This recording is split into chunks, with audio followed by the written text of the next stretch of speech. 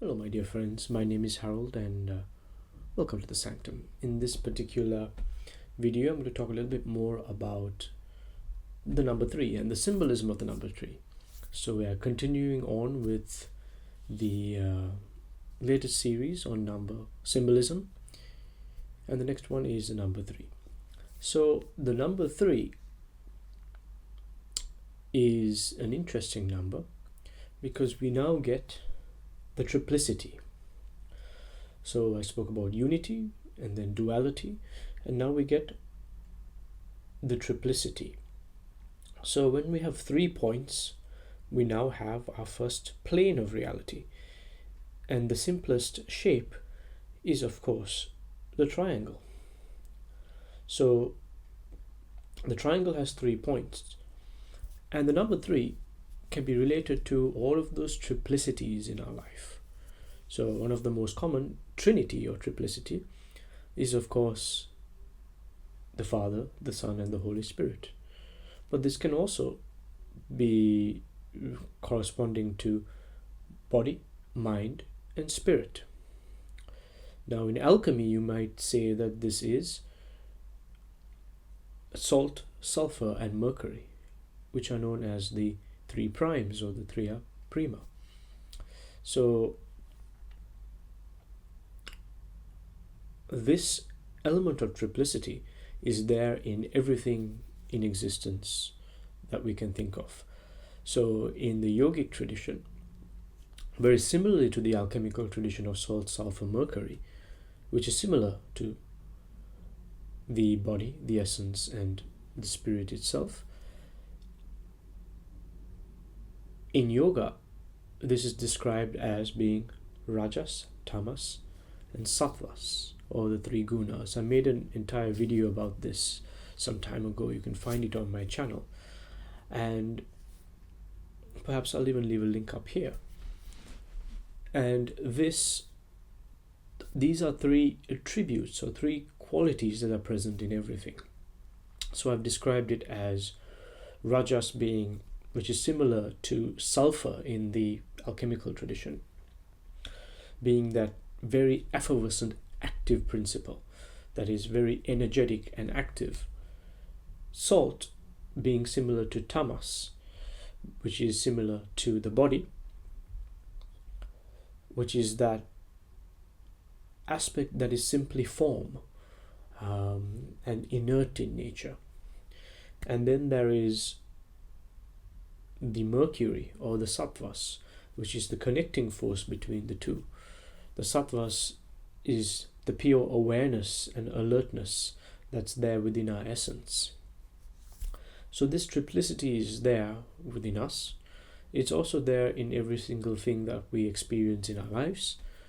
There are times you might wake up and you might feel a bit lazy, so tamas might be more active.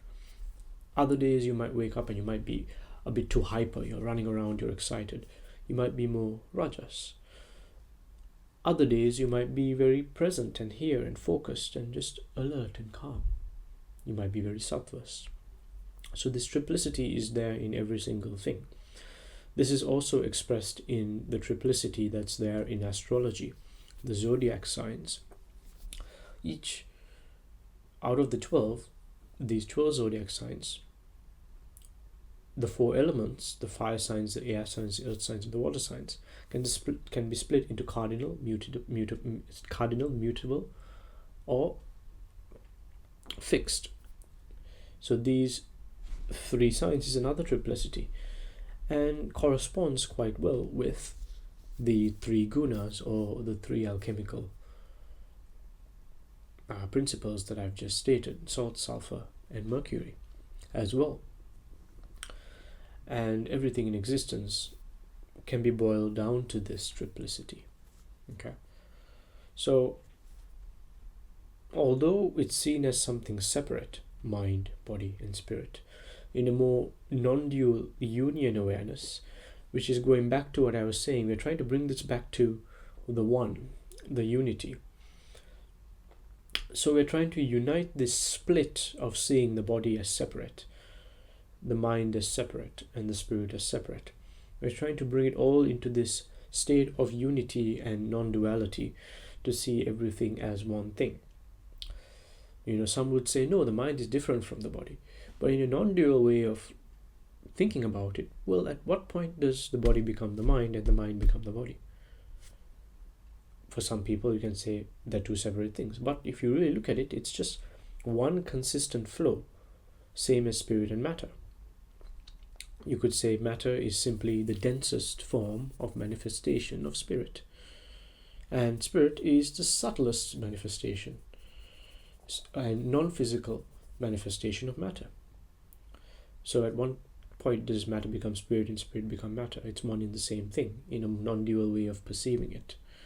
So in the same way, this triplicity, the threeness that's there within us, the Father, the Son, the Holy Spirit, or the Salt, Sulfur, Mercury, or the three gunas, can be brought together to create a unity way of perception, which is beyond the triplicity or the duality.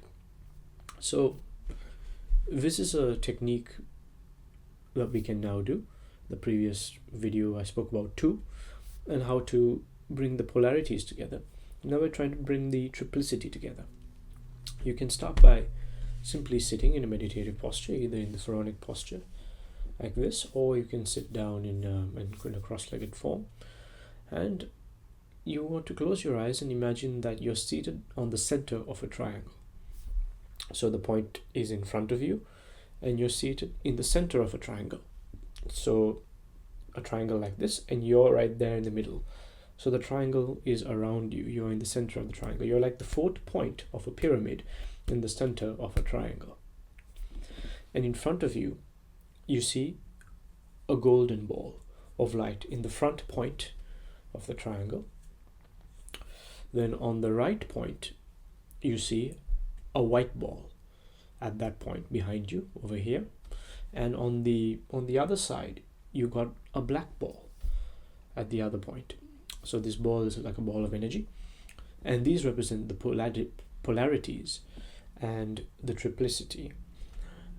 And now you're in the center, and now you're going to do this. It's not going to take you very long. It's just a few minutes. You're going to sit there, relax, and really visualize that until you can get it very clear in your mind. And now, little by little, with each breath in, you're drawing those points, the one in front and the one on the sides, closer to you. And with each breath, they're becoming closer and closer to you. And you're going to do this for about 10 to 21 breaths. 21 breaths better.